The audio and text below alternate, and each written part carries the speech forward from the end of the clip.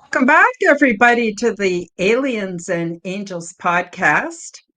Since the beginning of 2025, I started off. What? Oh my gosh, I am so sorry. I forgot to mute those. Let's try this again from the top. Welcome back, everybody, to the Aliens and Angels podcast. Since the beginning of 2025, I started off the new year with chapters 1 through 6 of my new book called Transdimensional Meet the New Neighbors. So please do go back and watch the replays to catch up. Today, we will continue to read and discuss part 2, chapter 7, Daily Routine on the Big Ship.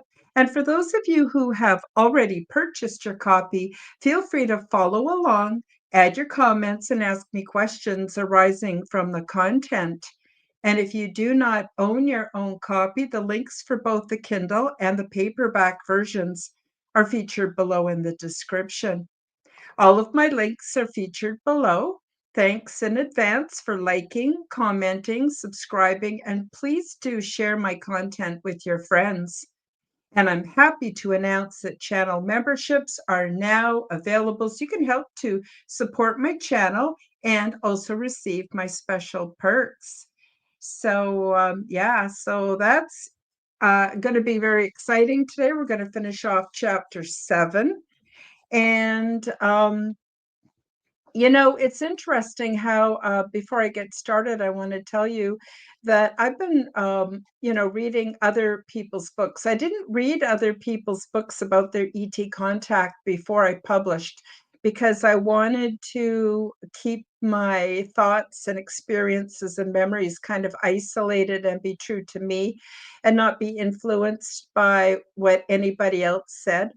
And it's interesting to see how much commonality there is between our experiences and the way we tell our stories. But there are some things that are quite different. And, I actually do not see this as competitive. I see this as being complementary. And I also think that there's more than one timeline. And I think that we're experiencing this stuff in other dimensional realities, thus the name transdimensional, meet the new neighbors. And I think it's okay for us to have some differences in how we understand the information. So I just wanted to put that out there.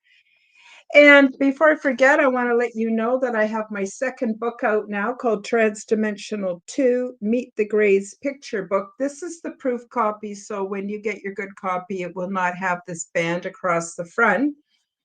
And in it, I have 8 people who are well-known experiencers talk a little bit about how they perceive the grays to be.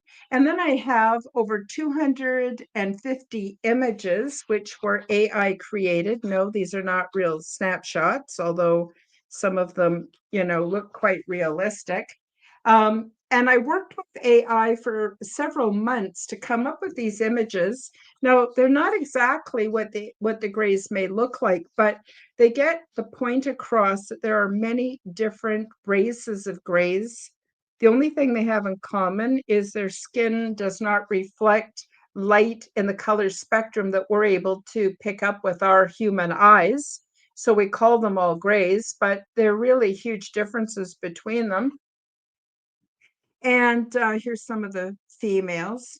And I think the reason I published this second book was because I felt it was really important for humans to get used to other humanoids that look different than us. Because I think that the disclosures already happened and happening. We're not going to rely on the governments for information. Look at how that has gone for us so far.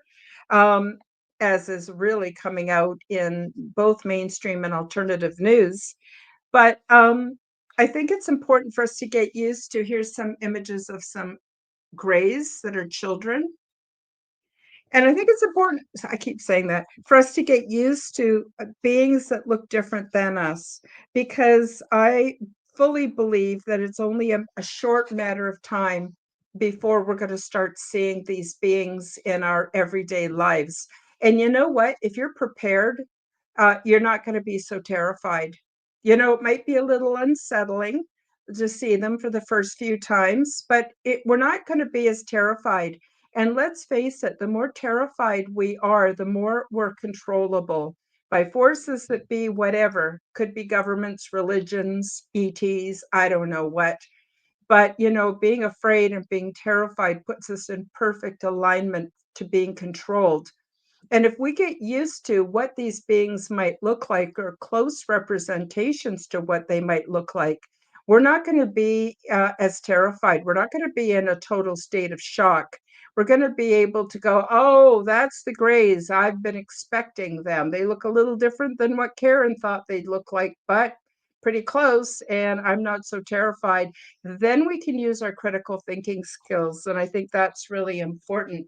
Here's some what I call human looking grays, where they're grays, but they look actually a lot like humans. Most extraterrestrials, in my experience, look very much like us.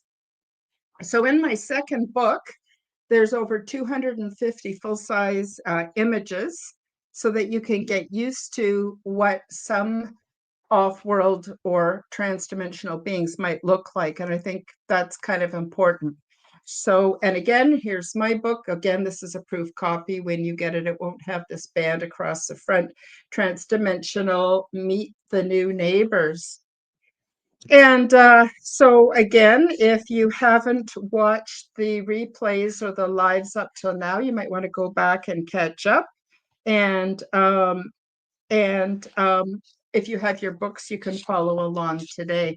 So I'm going to pick up where I left off on chapter 7, which is daily life on the big ship. And today I'm going to continue reading, and I'm going to read daily routines on page 108.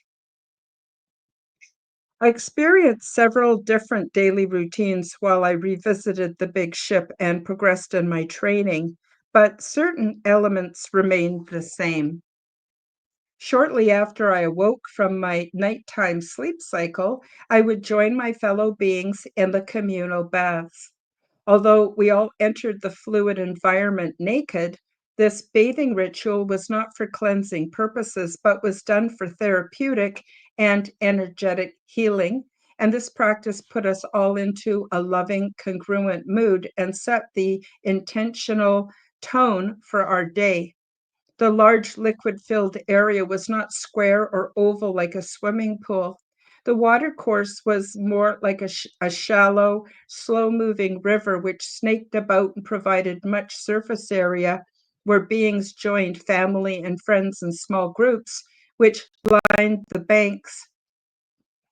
Females, juveniles, males, wee ones in their mother's or father's arms all enjoyed the soothing fluid which nourished our bodies and put us into a tranquil state of mind.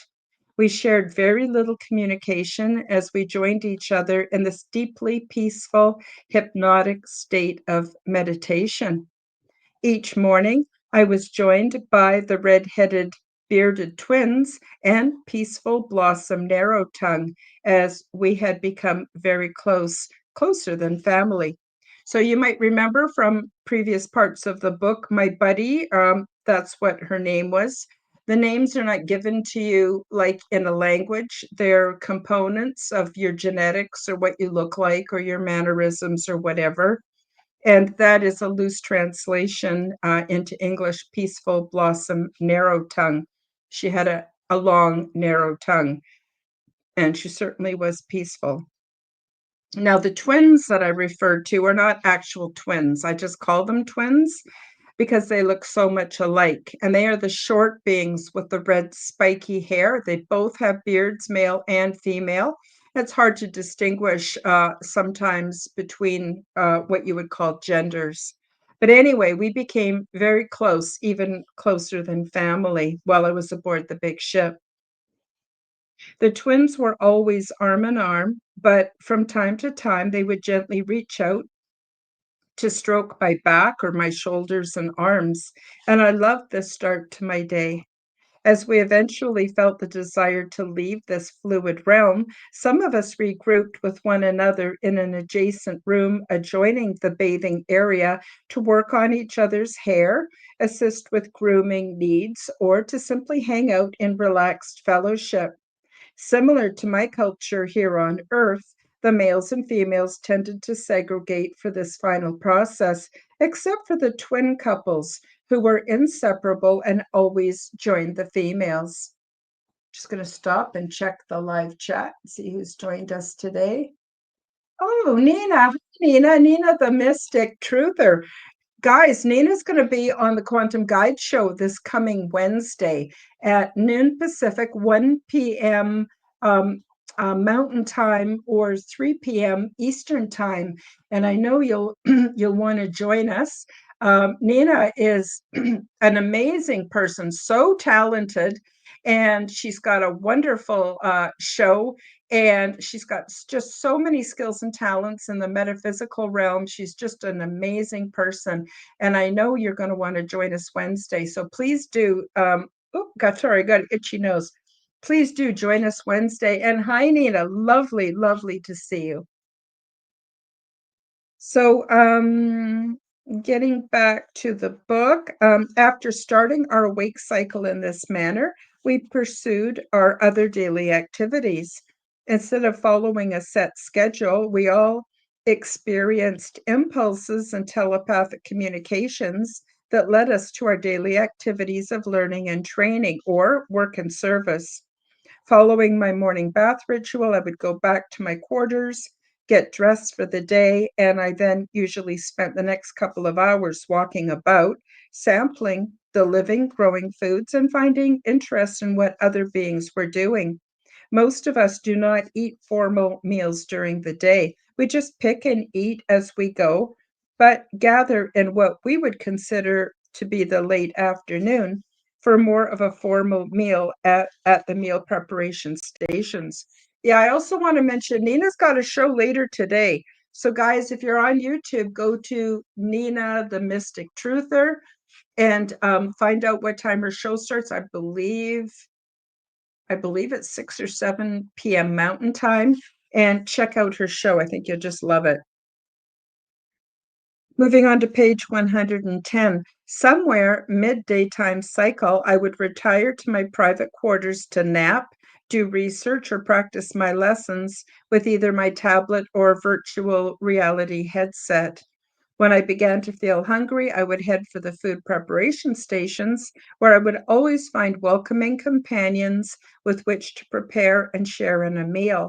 Intuitively, my favorite redheaded twins and my faithful buddy, Peaceful Blossom Narrow Tongue, would always arrive at the same time as me. We were always in sync.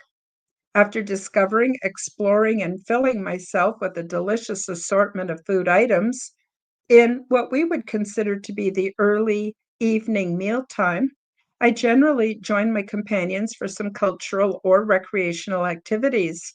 I was given opportunities to practice my telepathy, learn board games, and participate in other educational lessons with my friends. ET definitely has an interest in the arts.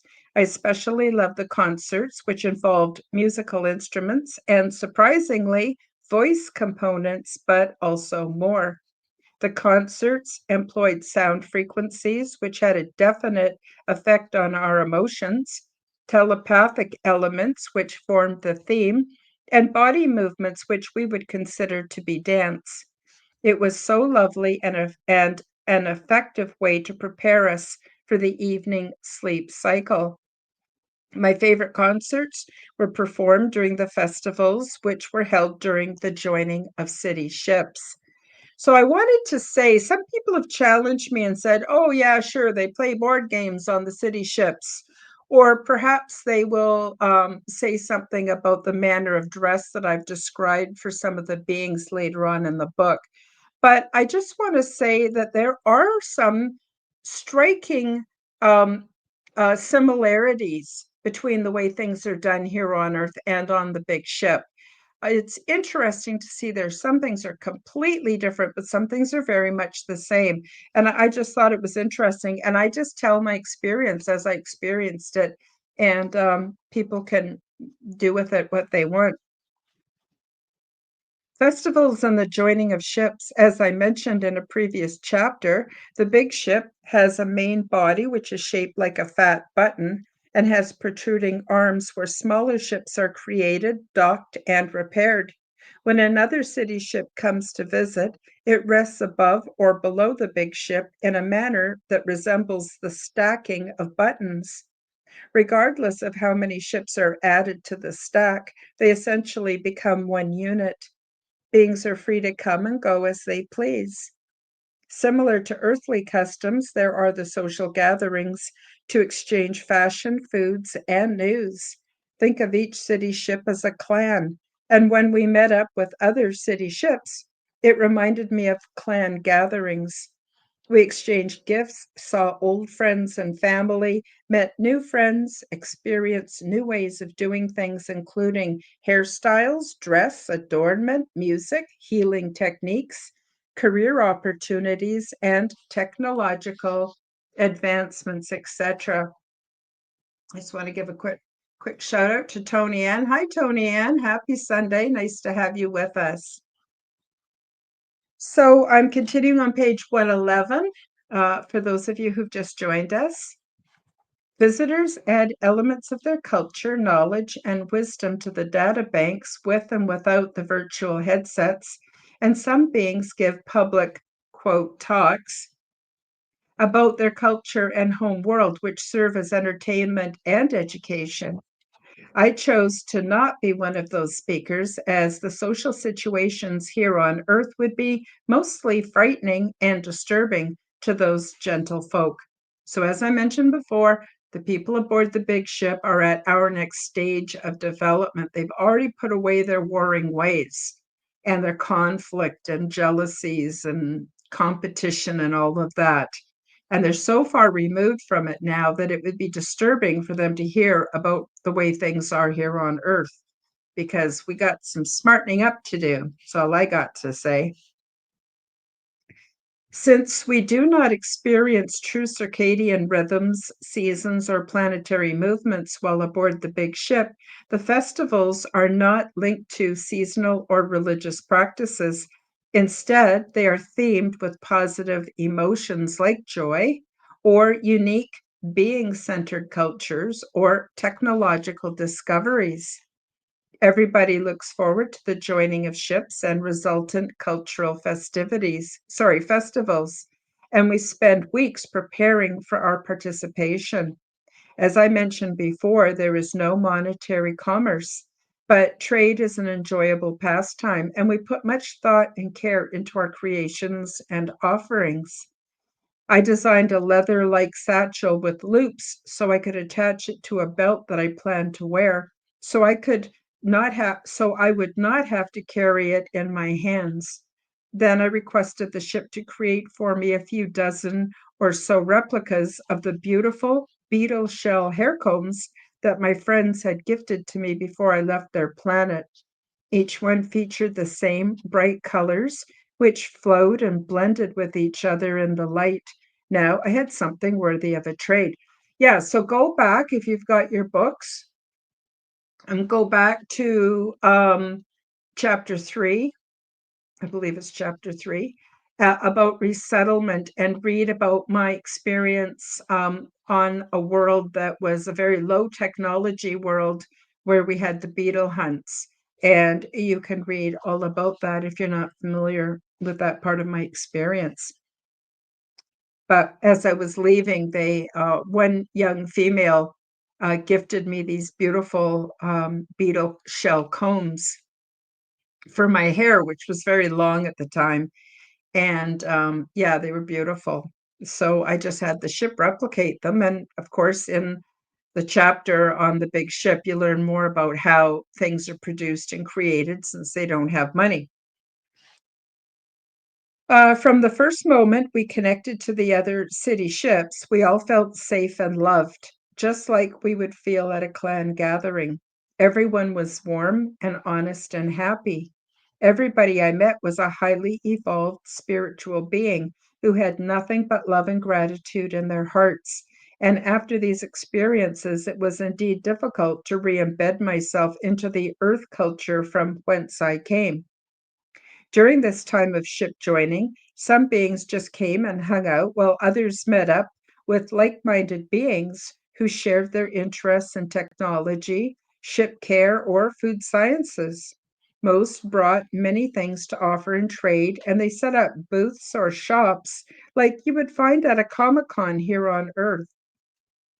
Instead of comic books and figurines, we would find items of clothing, specialty foods, small gadgets, hand carved items, and so much more that I can't begin to describe it all. As I wandered amongst the stalls, I would offer one of my beautiful beetle shell hair combs in exchange for anything I might desire to own or acquire for future trades. Since the trades are a social pastime and are not based on commerce, there's no haggling over price or refusal to trade offers. The fun was found in the collection of unique items we would end up with and not for monetary gain. I enjoyed this very, very much. On one of these occasions, I discovered a booth adorned with beautiful fabrics draped for easy view, which was attended by a female being whose beauty was matched by her charm. She was taller than me, at least 6 feet tall, had no visible hair, and her skin was golden colored with a sheen. Her eyes were golden brown and almost twice as large as mine. Her face gave way to a broad smile as I approached her. She motioned for me to come closer, and she intuitively selected a length of fabric which appealed to me very much. It was my favorite shade of light blue, and it was covered in golden symbols, which appeared to be designed in such a way to combine geometric shapes with script like characters. I soon found out that these symbols were actually energy producing sigils. As I approached her, she indicated that I should raise my arms, and she gently wrapped the fabric around my body. When I lowered my arms, I felt the energetic effect of the fabric, which warmed my body and produced pleasing mood sensations.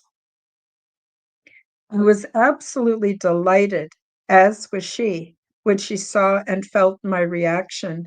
We shared a long, warm hug, and as we became instant friends, I reached in my bag and I offered her two of the beetle shell combs, but she would only accept one. I could tell she liked it very much as she turned it over and over as she admired the swirling colors. Since she had no hair, she was content to clip it to the neckline of her dress and wore it as a brooch. We shared several meals together in the following days, and I was always thrilled to see her wearing her beetle shell comb. During the joining of the ships, there was a lot going on, but instead of a cacophony of noise and activity, beings shared their excitement and business in a quiet and discreet manner. Still, from time to time, I picked up on little bursts of joy and happiness from the various groups and events. Visitors were also given opportunities for immigration to the big ship, and residents were given opportunities for emigration to other city ships. Those who wished to pursue residency on the big ship could easily attain education about our current scientific research, ship maintenance, and ship advancement. So at each gathering, we would gain and lose a few of our friends, but never with any sadness. At these special times, we also shared the most amazing cultural events and performances. Let me tell you about a concert that I attended. So, the concert that I'm about to read to you about was a very emotional event for me. I will try not to tear up while I'm telling you about it, but it was very profound. So I recommend you sit back and close your eyes and join me in this amazing experience that I had aboard the big ship. Page 113, the concert. While I was seated in front of a large oval mirror the ship generated for me, my buddy, Peaceful Blossom Narrowtongue, assisted me with my upswept hairdo and added, as a final touch, one of the beautiful combs that I received as a parting gift from the peaceful, loving beings on the planet with the tree houses. She was wearing her usual orange mid-calf length poncho, but replaced her boot-like slippers with golden toned sandals, and to further dress up her outfit, she had added a few white blossoms to her hair. With the ship's help, I had created a long, silky, pale blue gown with matching opera gloves for the occasion. There was also a beautiful white lacy shawl that was waiting for me to put on as a final touch. As I gazed in the mirror at my reflection, I felt very satisfied with my final look. The long gown fitted me perfectly, and I loved how my friend had encouraged me to keep down a row of soft tendrils of hair to frame my face. Peaceful Blossom Narrowtongue assisted me with my shawl to make sure it draped my outfit evenly. I became aware that the twins were standing outside of my quarters, and I summoned a doorway for them to enter.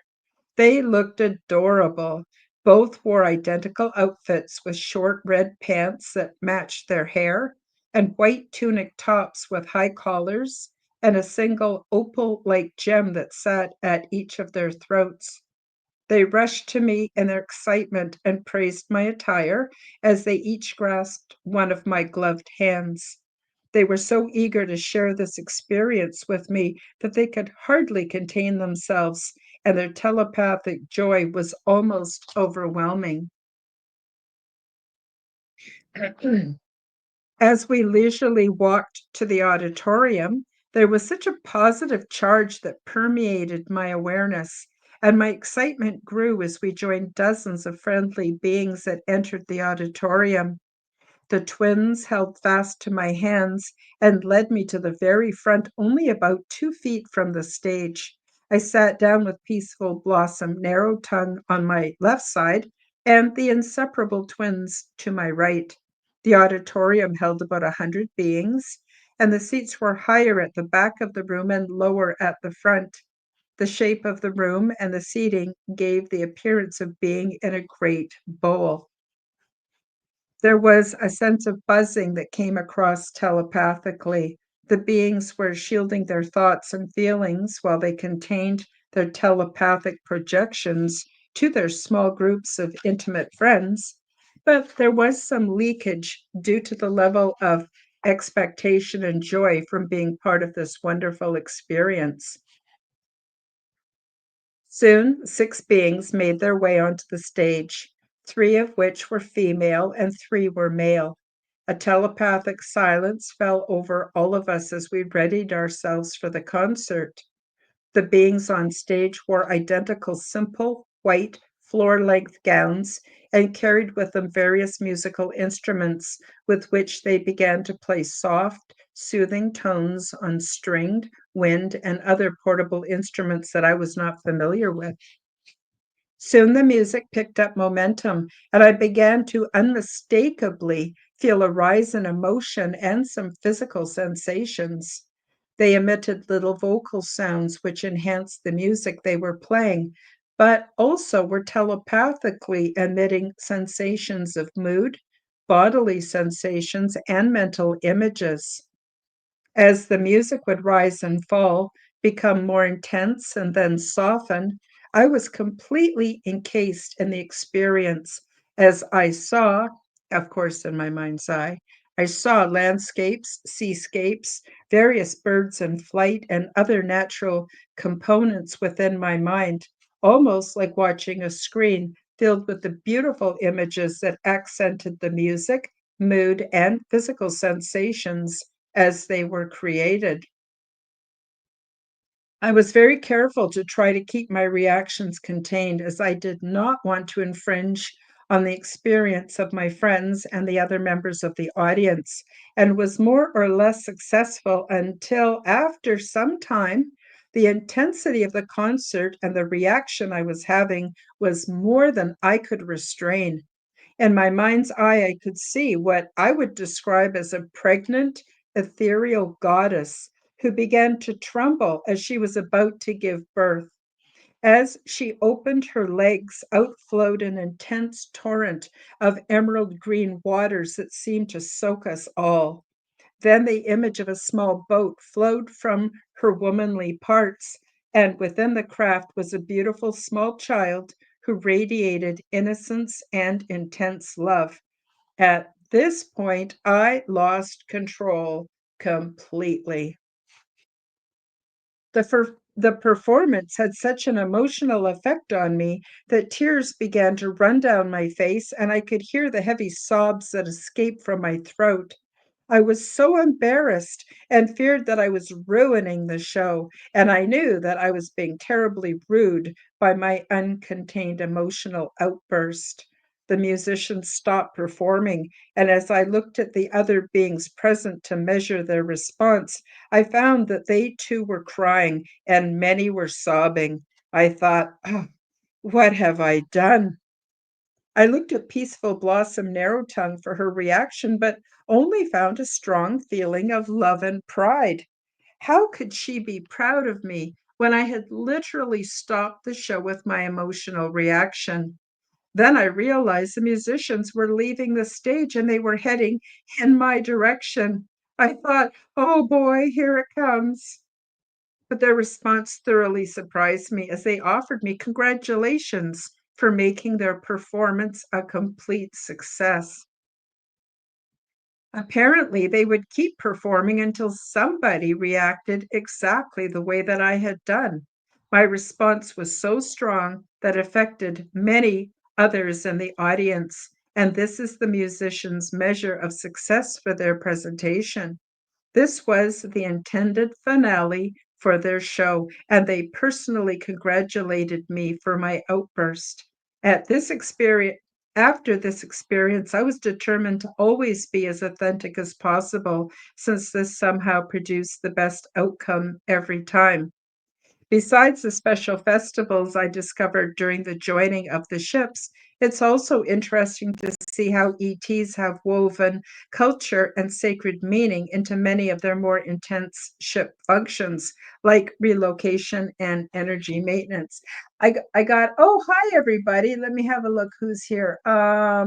Fern, just Fern with autism. Hi, welcome to the show. So glad to have you here. And Leah, lovely to see you. Leah has been here pretty much every week for my whole book reading, and I appreciate you very much, Leah. Thank you for joining us.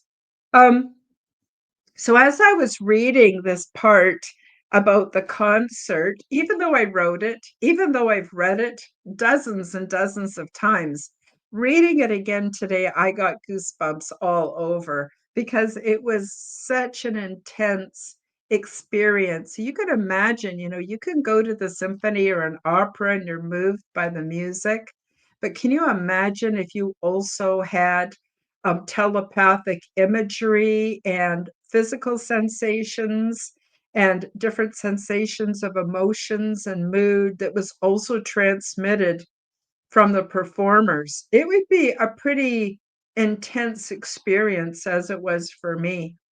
And yeah, I just lost it. And I thought, oh my God, boy, am I screwing up? And it turned out I wasn't screwing up after all. So you see, in some ways, ship culture is different than here on Earth, because you probably wouldn't get away with that at a symphony or an opera, that's for sure. Minor festivals for relocation and energy maintenance. Now, I touched on this in earlier chapters, but I'm going to get a little bit more detail into it. Just want to say, Leah says, so happy to see you, dear. I'm honored. And Leah says to everybody else, hi, friends. Yeah, I tend to read out the comments of the live chat as much as possible so that those who are watching the replay or listening on an audio podcast would be able to know, participate more and feel like they're more a part of the complete show. Leah also says, "This am I was hearing music in my left ear." Oh, that's interesting. Cool. So, as I've described in earlier chapters, when the big ship needs to replenish its energy stores, the occupants willingly donate some of their life force energy. The first time that I experienced this process, I was busy practicing my telepathy tutorial when I felt the presence of my faithful companions, Peaceful Blossom Narrowtongue and the red-headed twins, in the corridor outside of my quarters. When I went out to greet them, they let me know that I would now be part of something awe-inspiring as they led me to one of the large community rooms. My close companions indicated that I was to participate with them in a ritual involving deep meditation to release the energy needed to replenish the big ship. Along with everyone else, we took comfortable positions, some on the soft floor and some on comfortable padded loungers that came up from the floor. I felt a little nervous as this was my first time experiencing this ritual. Soon the ship emitted soothing frequencies that sounded like gentle tones, and I felt my body and my mind relax. Before I knew it, I fell asleep, and while I was napping, then the big ship absorbed the energy that it needed from our collective life force energy. Apparently, this was a slow process which took several hours, and after I woke up, I felt exhausted. My close companions indicated that they felt a bit tired, but they were used to this process. They immediately recognized that I needed some assistance and they helped to support me while they half carried me to the healing pods. I fell back to sleep within my pod while it stimulated my own ability to restore my energy reserves. I don't know how long I remained there, but I felt a lot better when I was done. Over the next few days, everyone, including my friends and I, we rested and took leisurely light meals together as we used this downtime to communicate our gratitude to each other and the big ship. And this way, we gently celebrated the experience. This spiritual event only lasts for a few days, but is considered an enjoyable celebratory respite. Just going to check the messages here. Leah says, I I love the symbiotic relationship between the ship and the occupants. Oh, exactly. Absolutely, exactly. And that's why it was kind of a celebratory time, you know. We took that time to show appreciation to each other, to show appreciation to the big ship. Without the big ship, we wouldn't be there. Without us, it wouldn't be there. And it was absolutely symbiotic and quite a lovely relationship. Similar to the refueling ritual, we shared a less solemn celebration around the relocation of our big ship. On the day when we were notified that it was time to move the big ship into new interdimensional space, we ate very sparingly. We shared a very small snack in the morning, and we remained mostly in a sober, contemplative state throughout the day, as this was considered to be a spiritual event. My companions and I felt excited as we manned the vertical lift to the top floor and took our positions on the observation deck so we could see if our new location looked any different. Before the current relocation, we looked out into an inky blackness without the visual of stars or other heavenly bodies. I scratched my nose. I reclined on the soft floor along with my friends, and we mentally prepared for the ceremony. Like in the previously described ritual, the ship emitted soft tones of frequencies, which put us into a very deep meditative state. Again, I fell into a deep sleep. And a couple of hours later, my friends woke me to see our new interdimensional location.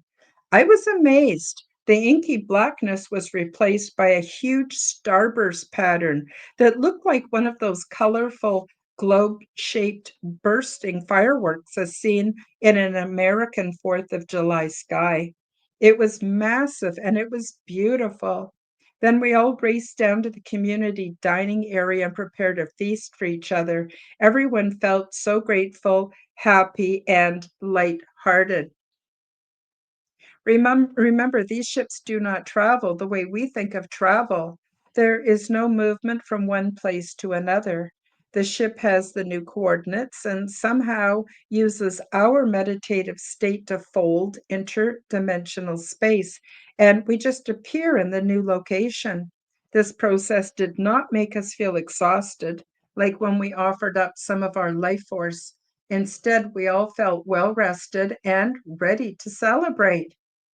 Another type of festival that I attended was a more sacred naming ceremony where things took an interesting turn and ended with an unexpected conclusion. So, yeah, let's just have a little look here what Leah has to say. She says, "Thank you for this info and your great work in would enjoy being aware and invited if I were found ready." Well, I'm sure when you're ready, you will have these experiences. So, what I get into later in the book is that we are technology. Our combination of our energetic selves, our brains, the way our brains are structured, our pineal gland, our imagination is actually a portal and it can be used to fold time and space. This has been well documented through the Monroe Institute. You can do research on the Monroe Institute if you like. And of course, ancient yogis and all kinds of sacred teachings have talked about this. People who do psychedelics are well familiar with this phenomenon. And so it makes sense that the big ship would actually use us to fold time and space to go from point A to point B without traveling. Just point A becomes point B. It's really slick. And modern day science has a lot to learn from these experiences because they're going about it all wrong. You don't get in a spaceship and a rocket and fly off the Earth trying to get outside of our solar system. In fact, the opposite is true. You go inside to fold time and space to end up in other locations. So I'm trying to wake people up about that with my book. So this next experience, I think you're really going to enjoy. Again, just sit back, close your eyes, and give it a listen and imagine you're there with me. It's called A Special Event with an Unexpected Ending. I remember one day while we prepared our main meal for the day, an attractive spotted female being joined us. I mentioned in a previous chapter that some beings have olive colored skin with dark pigment patches, which respond to emotion and thoughts and serve to add to their non-verbal communication style. She seemed excited as she shared the news with us about an upcoming naming ceremony, which was being held in a few weeks on her home world. As her spots danced around her face and shoulders, she invited us to join her for the ceremony, and we readily agreed.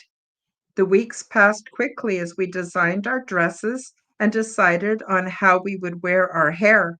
This was a solemn occasion, and the dress requirements were quite specific. I was so excited the day of the event as I met my friends down at the landing dock. We had to take great care as we gathered up our long dress trains and ducked low as we entered the shuttle so as not to disturb our high-rising white lace draped tiaras. Upon arrival, I noticed that we all wore clothing as white as snow. The male beings did not wear dresses, but instead wore what resembled long, plain white robes. Their heads were bound with white turbans, and they truly looked majestic and formal. In contrast, the high, lace-draped tiaras of the females towered 1 or 2 feet above their heads, and our dress trains trailed a good distance behind us. We gradually walked into a white palace-like building with high ceilings covered in jewel-like designs that glittered as we passed below. The doorways were tall arches, and there were no furnishings on the glossy stone floor, which reflected the glittering ceiling. The crowd was of about 200 or 300 beings, yet everything was completely silent as we gathered around a small stage, and soon a spotted couple ascended the stage, both together, holding a small, naked baby. At this point, I became aware of a gentle whistling sound as everyone looked up at the infant. An image of the child, along with the understanding of its name, appeared within our minds. Then the ceremony ended as quickly as it had begun. No long sermon or ritual, just a simple presentation of the child, as all who witnessed it were made aware of who this being was and was yet to become. The feelings of deep love washed us clean, and we all felt renewed and satisfied. I was surprised to see that all of the beings who were of the spotted variety looked positively radiant as their spots and blotches glowed in the aftermath of the short ceremony. We were then handed beverages as we made our way outside to the grassy area which surrounded the temple. There were fragrant gardens between sections of grass and beautiful flowers, red, yellow, purple, and white, which looked very similar to gardens found here on Earth. The guests formed small groups and began to sit and recline on the soft grass to partake of their beverages and visit with each other. Many females removed their tiaras as their male partners helped to gather and arrange their dress trains to spiral around them. As I joined everyone in this peaceful setting, I lost sight of my friends for a moment because I was busy observing a small group who had brought their pet with them. I was intrigued by its appearance, and as I approached, I saw what resembled a short haired, large sized, tawny colored dog, but its head looked quite more like a deer. Its dark brown eyes were on the sides of its head, and I couldn't resist moving in to get an even closer or better look. But as I approached, the beings seated with their pet started to wave their arms and issue a telepathic warning, but it was too late. As I saw the creature raise its tail and lift up its hind end to point it directly at me, I made the wise decision to quickly turn and walk away, just as I felt a tremendous splat hit me in my back, from the back of my head down to my waist. I froze in my steps and waited. Several of the female beings who had tried to warn me came rushing towards me, apologizing profusely in telepathic frenzy. They took me by the arms and led me back into the building to find a resting room, where they cleaned me up the best they could and then reunited me with my friends. Apparently, the dog-like pet was simply using its defense mechanism to protect itself and the beings from me, which it perceived as a threat due to the way I appeared and moved amidst the crowd. The splatter that I felt hit my back was a clear, jelly-like mucus that would have caused temporary blindness if it had hit me in my face.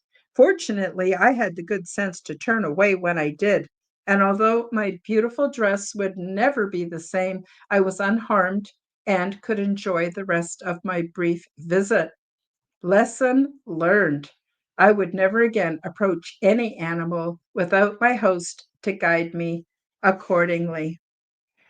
So yeah, that was something. That was something. And you know what else is something is I actually told that short experience to Dolly Saffron and Preston Dennett. when I was on an internet call with them. And Dolly, she had had experiences with the same animal. Exactly. Except that she had dropped to the grass and was trying to rub the mucus off, and it just further irritated her skin. She should have just left it until someone helped clean her off. So, I mean, what are the chances that two human beings who have had extensive extraterrestrial experience would have experienced the same animal off world and had the same result? Like, there's no way that could be a coincidence. That's just, I mean, probably a trillion to one that we would both imagine that experience. So again, it validates both of our experiences. So let's see. Leah also says, like octopus or colors mood, we're prismatic reactive. Yeah, kind of. But instead of mimicking the environment, just the spots and blotches just sort of dance around, and they from the same race understand what that means from communication, similar to we have American Sign Language here on Earth, very similar to that. So instead of gesturing, their spots would move around and become more prominent to emphasize their telepathic communication. Leah also says, what you said about our imagination has answered decades of my question.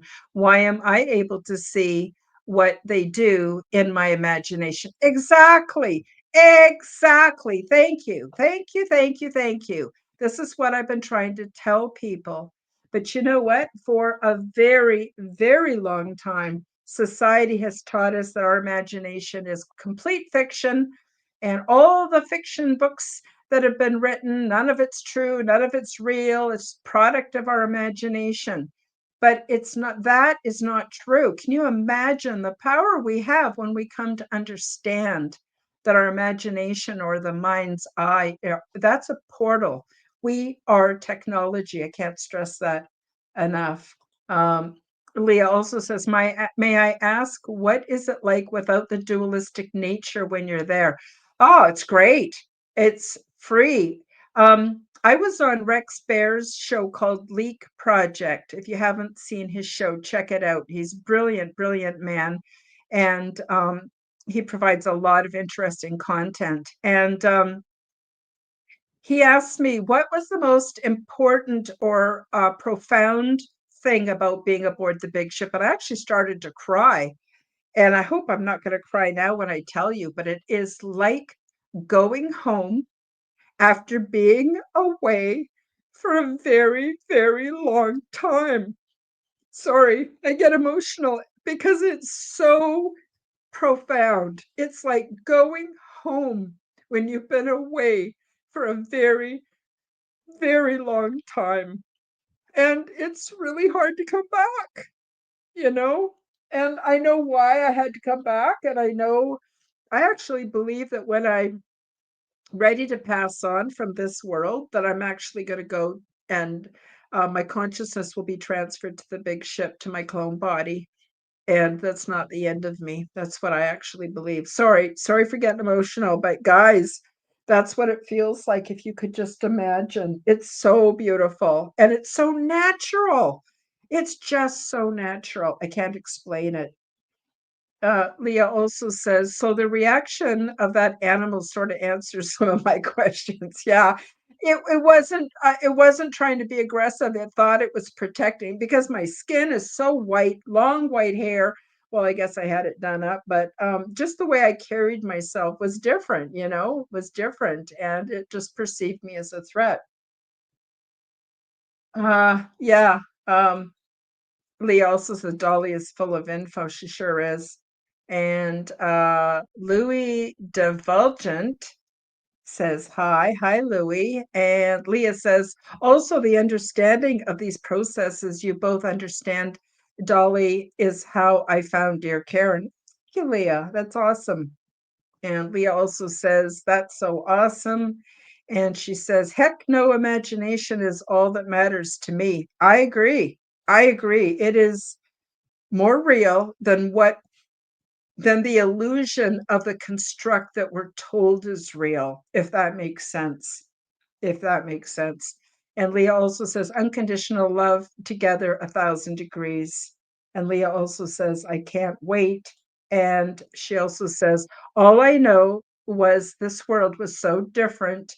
My mom is passing, and we are in silent celebration for her and I. Absolutely. I've mentioned in my book before, when these beings get old, like more than 500 years, when they're ready to pass on, it's celebrated. There's no sadness. And they shed their mortal coil and they go on to what's next. And one day we will shed our bodies and we will join the others. And they are gleefully and joyfully waiting for us. So that is why my advice is to live well as you can, be all that you can be.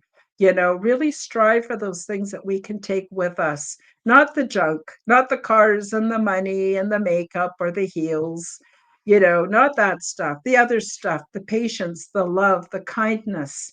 Those are the things that we take with us when we join our past ones. So it's only humans that think we die, think we're born and come into existence and think we die and we're gone. Only humans. Nobody else thinks that.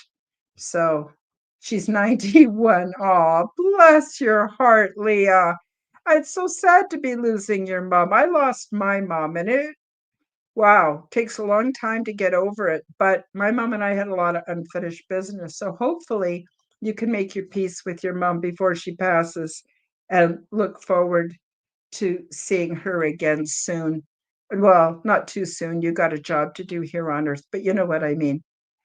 Leah said she took her flowers today, 91 years old, and she took her flowers. It's beautiful, absolutely beautiful. Okay, I only have a couple of paragraphs left to finish off this chapter, so I'm just going to motor through, and it's about returning home. So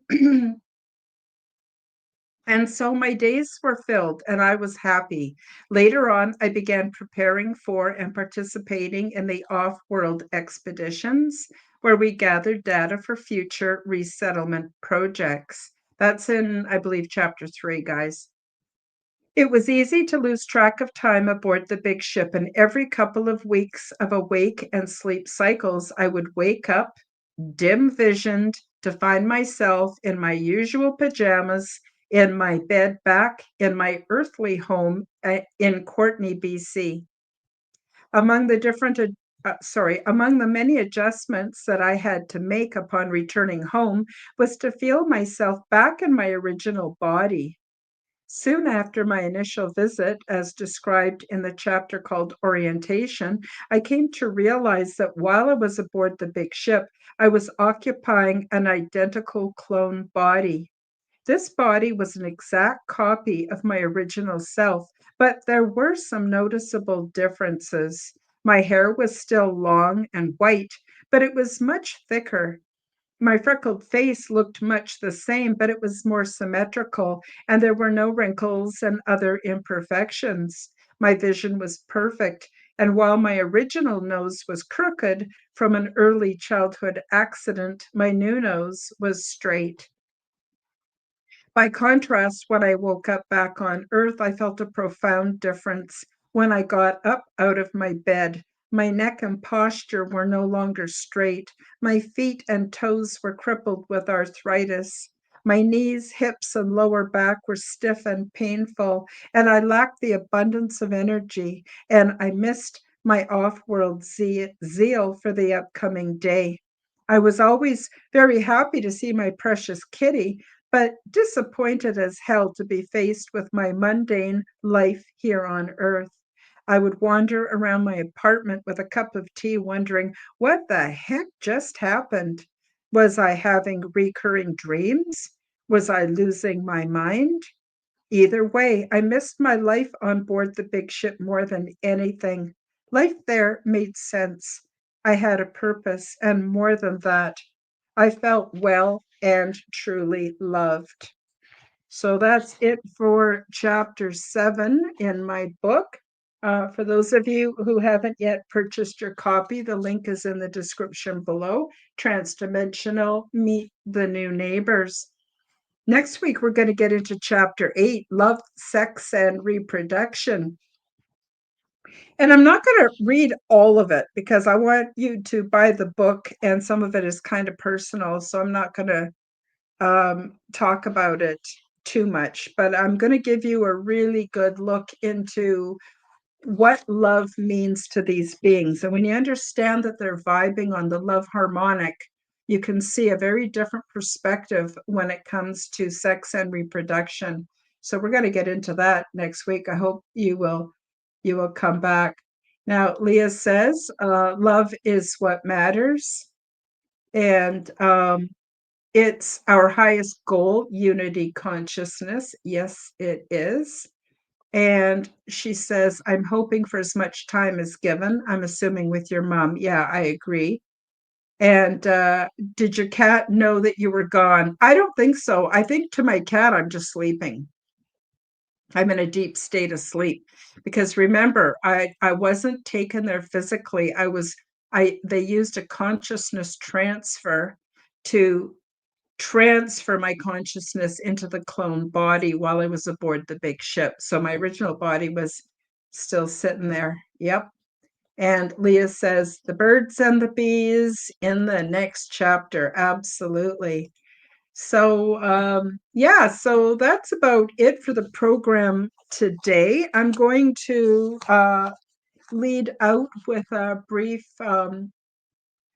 promotion for both of my books, and then I'll end the show. I want to thank you all very much for joining me, whether you're here in the live chat or whether you're watching the replay or you're listening on an audio podcast. I appreciate each and every one of you very, very much. Check out Nina the Mystic Truther and watch her show if you like this evening. And next Wednesday, she's going to be on my show called The Quantum Guide Show. And Leah says, and will encourage my friends. Excellent. Absolutely excellent. Because we're all in this together. And after a while, we come to see ourselves as part of one big happy family. Even though there's all this crap going on in the world, we're here and we're happy and we've got each other. Thank God for that. So again, thank you everybody so very, very much. And we'll see you next time. Bye-bye for now. Much love. Learn the stunning details about ET diversity and culture, along with their advanced ways of living and expressing spirituality, which is in no way like anything imagined here on Earth. Transdimensional, Meet the New Neighbors, introduces you to many different ET beings, the healing pods, the interior of the big ship, my orientation process, cultural events, and off-world mating practices. In my contact experience, I learned a great deal about the big ship, intergalactic and transdimensional travel, intergalactic planetary research, and the various options for resettlement. Once I published my first book, I felt the need to create a second book called Transdimensional 2, Meet the Greys Picture Book. I worked with AI to develop many images of beings that we have come to know of as the Greys. These beings come from many places, realms, dimensions, and timelines, and although they are of the same species as other humanoids, they are from many different family lines and races. What qualifies them as Greys is that their skin does not contain the pigment necessary to reflect light in our visible range of the color spectrum, so to us, they all appear to be various shades of gray. Beyond this physical attribute, there is much diversity in their origins, cultures, purposes, and physiological details. My goal is to get you used to the looks of beings which are different than humans in order to reduce your fear and increase your familiarity so you will remain more rational and grounded once the ET presence escalates beyond debate. Enjoy these images and notice the things we have in common so you will see that although they are different from us in appearance, we are essentially many family lines within one species. Paperback and Kindle versions of both books are now available on Amazon worldwide. Search the Amazon and Kindle bookstores and pick up your copies today.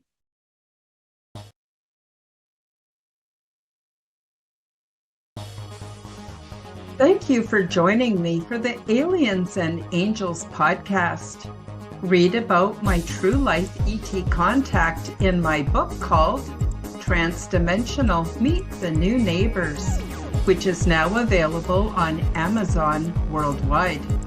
Subscribe to my YouTube, Rumble, and X channels at Karen Holton TV. The like button and leave me a comment. And please do share this podcast with your friends. Check out my website at www.karenholtonhealthcoach.com to see my free resources and amazing products and services. All of the links will be in the description below. As part of the Forbidden Knowledge Network, you'll also find the Quantum Guide Show with Karen Holton on all audio platforms. Until next time, keep up the good work.